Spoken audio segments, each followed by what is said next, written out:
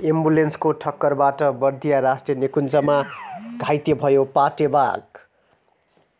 पूर्व-पश्चिम राजमार्ग अन्तर्गत पर्ने बर्दिया राष्ट्रिय निकुञ्जभित्र एम्बुलेन्सको ठक्करबाट वयस्क पाटे बाघ घाइते भएको छ। निकुञ्जभित्र पर्ने राजमार्गको रम्बापुर सैनवार सडक खण्डको बीचमा पर्ने बबई पुलदेखि पूर्व बुढी खोला नजिक एम्बुलेन्सको ठक्करबाट पाटे बाघ घाइते भएको बर्दिया निकुञ्जका सहायक संरक्षक अधिकृत असीम थापाले जानकारी दिनुभएको छ। बाघलाई ठक्कर दिए लगत्तै एम्बुलेन्स चालकले बाघ घाइते भएको निकुञ्ज प्रशासनलाई खबर गरेका थिए। एम्बुलेन्स चालकले खबर गरे लगत्तै बिहानैदेखि निकुञ्ज सुरक्षार्थ खटिएको नेपाली सेना र निकुञ्जको टोलीले घाइते भएको बाघको खोजी गरिरहेको छ। घटनास्थल राजमार्गमा बाघको रगत छ। एम्बुलेन्समा बाघको रौँहरू पनि टाँसिएको छ। त्यसैले बाघ आफू पनि जोखिममा र हिँडडुल गर्नेलाई पनि जोखिम हुने भएकाले घटनास्थल आसपासमा सेनासहित निकुञ्जको टोली खटिएको र घाइते बाघको खोजी भइरहेको निकुञ्ज प्रशासनले जनाएको छ। बर्दिया राष्ट्रिय निकुञ्ज मुख्यालय ठाकुरद्वारबाट घटनास्थलतर्फ घाइते बाघको खोजीका लागि हात्ती सहितको टोली खटिसकेको छ। हात्तीको सहायताबाट बिहानैदेखि घाइते बाघको खोजी गरिने प्रमुख संरक्षक अधिकृत श्रेष्ठले बताउनुभयो। एम्बुलेन्स र चालक निकुञ्जले नियन्त्रणमा लिएको छ। पूर्व-पश्चिम राजमार्गभित्र पर्ने बर्दिया निकुञ्जको अमरेनी चिसापानी सडकको बीचमा यसअघि बस र कारको ठक्करबाट 2वटा वयस्क पाटे बाघ मरेका थिए भने मोटरसाइकलमा रहेकी एक महिलाको ज्यान गएसँगै 2 महिनादेखि लगातार रूपमा राजमार्ग छेउमा पाटे बाघ देखिन थालेका छन्। निकुञ्जभित्र पर्ने राजमार्गको दायाँ-बायाँ 31 मिटर क्षेत्र तत्कालका लागि झाडी सफा गर्नुपर्ने स्थानीयको माग छ। निकुञ्जभित्र पर्ने राजमार्गमा र खाता जैविक मार्ग क्षेत्रमा पर्ने हुलाकी सडकमा यथाशक्य छिटो वन्यजन्तु मैत्री संरचना बनाउन संरक्षक कर्मीको माग रहेको छ।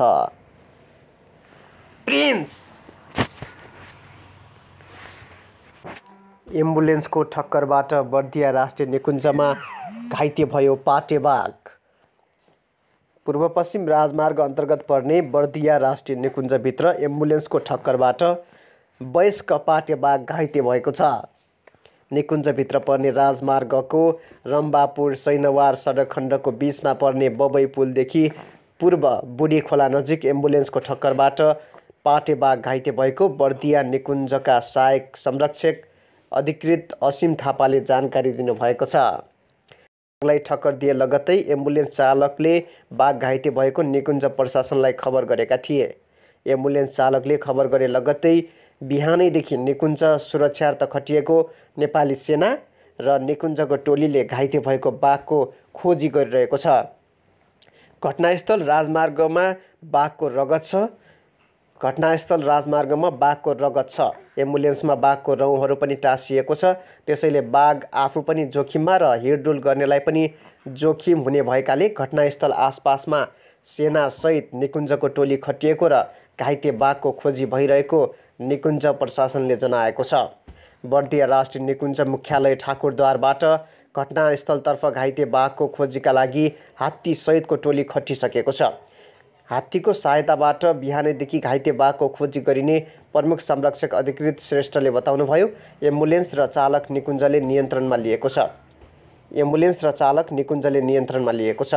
पूर्व-पश्चिम राजमार्गभित्र पर्ने बर्दिया निकुञ्जको अमरेनी चिसापानी सडकको बीचमा यसअघि बस र कारको ठक्करबाट 2वटा वयस्क पाटे बाघ मरेका थिए भने मोटरसाइकलमा रहेकी एक महिलाको ज्यान गएसँगै 2 महिनादेखि लगातार रूपमा राजमार्ग छेउमा पाटे बाघ देखिन थालेका छन्। निकुञ्जभित्र पर्ने राजमार्गको दायाँ-बायाँ 31 मिटर क्षेत्र तत्कालका लागि झाडी सफा गर्नुपर्ने स्थानीयको माग छ। निकुञ्जभित्र पर्ने राजमार्गमा र खाता जैविक मार्ग क्षेत्रमा पर्ने हुलाकी सडकमा यथाशक्य छिटो वन्यजन्तु मैत्री संरचना बनाउन संरक्षक कर्मीको माग रहेको छ।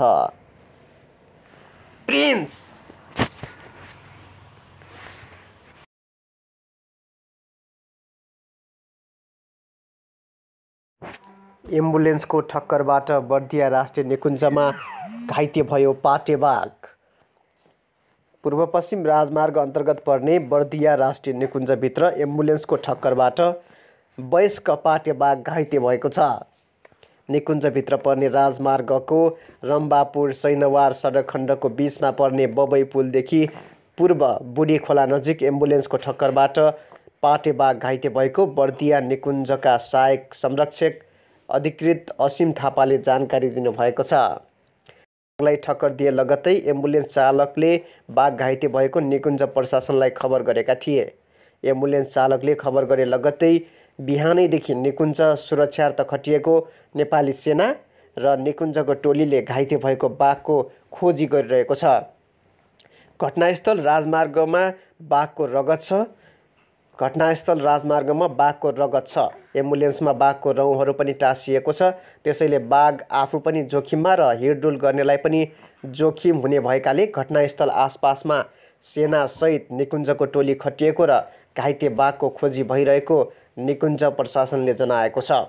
बर्दिया राष्ट्रिय निकुञ्ज मुख्यालय ठाकुरद्वारबाट घटनास्थलतर्फ घाइते बाघको खोजीका लागि हात्ती सहितको टोली खटिसकेको छ। हात्तीको सहायताबाट बिहानैदेखि घाइते बाघको खोजी गरिने प्रमुख संरक्षक अधिकृत श्रेष्ठले बताउनुभयो। एम्बुलेन्स र चालक निकुञ्जले नियन्त्रणमा लिएको छ।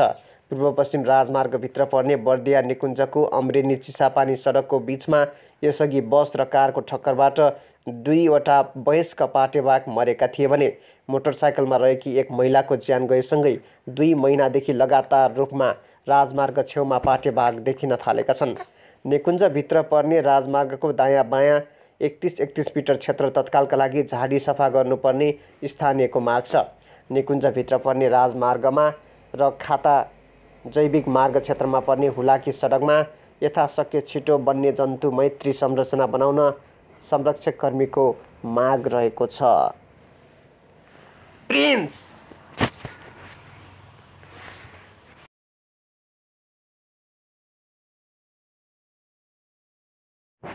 एम्बुलेन्सको ठक्करबाट बर्दिया राष्ट्रिय निकुञ्जमा घाइते भयो पाटे बाघ।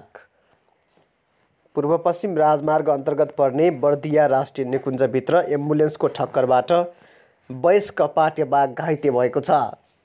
निकुञ्जभित्र पर्ने राजमार्गको रम्बापुर सैनवार सडक खण्डको बीचमा पर्ने बबई पुलदेखि पूर्व बुढी खोला नजिक एम्बुलेन्सको ठक्करबाट पाटे बाघ घाइते भएको बर्दिया निकुञ्जका सहायक संरक्षक अधिकृत असीम थापाले जानकारी दिनुभएको छ।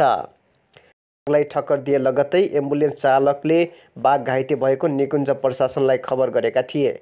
एम्बुलेन्स चालकले खबर गरे लगत्तै बिहानैदेखि निकुञ्ज सुरक्षार्थ खटिएको नेपाली सेना र निकुञ्जको टोलीले घाइते भएको बाघको खोजी गरिरहेको छ।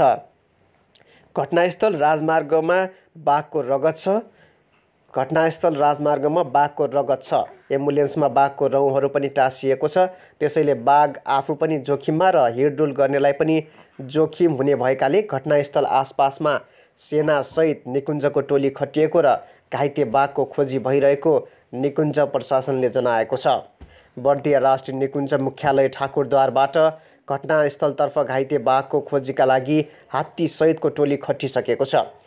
हात्तीको सहायताबाट बिहानैदेखि घाइते बाघको खोजी गरिने प्रमुख संरक्षक अधिकृत श्रेष्ठले बताउनुभयो। एम्बुलेन्स र चालक निकुञ्जले नियन्त्रणमा लिएको छ। पूर्व पश्चिम राजमार्गभित्र पर्ने बर्दिया निकुञ्जको अमरेनी चिसापानी सडकको बीचमा यसअघि बस र कारको ठक्करबाट 2वटा वयस्क पाटे बाघ मरेका थिए भने मोटरसाइकलमा रहेकी एक महिलाको ज्यान गएसँगै 2 महिनादेखि लगातार रूपमा राजमार्ग छेउमा पाटे बाघ देखिन थालेका छन्। निकुञ्जभित्र पर्ने राजमार्गको दायाँ बायाँ 31 मिटर क्षेत्र तत्कालका लागि झाडी सफा गर्नुपर्ने स्थानीयको माग छ। निकुञ्जभित्र पर्ने राजमार्गमा र खाता जैविक मार्ग क्षेत्रमा पर्ने हुलाकी सडकमा यथाशक्य छिटो वन्यजन्तु मैत्री संरचना बनाउन संरक्षक कर्मीको माग रहेको छ। प्रिन्स